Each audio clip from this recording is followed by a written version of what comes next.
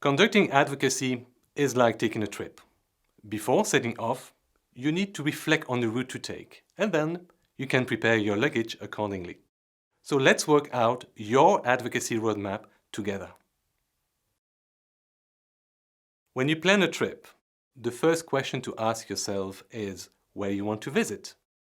For the roadmap, that means clearly identifying the topic of your advocacy. For example, combating violence against women or guaranteeing the right to protest in your country. Why do you want to conduct this advocacy? The route you will take will depend on the answer to that question. Once the advocacy topic is clear, you need to reflect on what you want to achieve. Depending on what you're calling for, it can take some time to see results from an advocacy activity.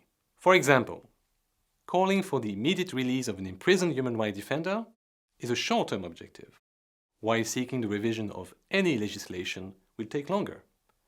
These short, medium, and long-term objectives will guide your reflection all along the advocacy steps.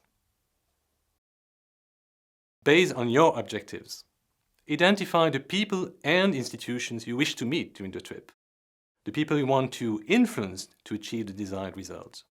These advocacy targets may be part of various institutions at different levels of power, but some are more accessible than others. They may even be present in your country.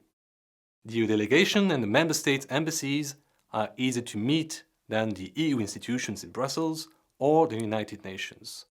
Once you have listed all potential targets, sort them by order of priority and establish how you want to reach them, depending on the resources of your organization. Each target has different responsibilities and means of action.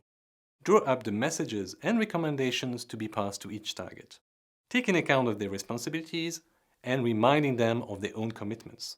For example, the European Commission can financially support civil society locally. On the other hand, the member states take important political decisions, such as adopting sanctions against a country. Now that your targets and messages have been clearly defined, you may look for people who will travel with you, who will be your partners. For instance, you can partner with civil society organizations to support and strengthen your actions. They can put you in touch with organizations from other countries, or they can contact certain targets, including at the international level. They can also lend weight to certain messages, because if you want to walk fast, walk alone. If you want to walk far, walk together.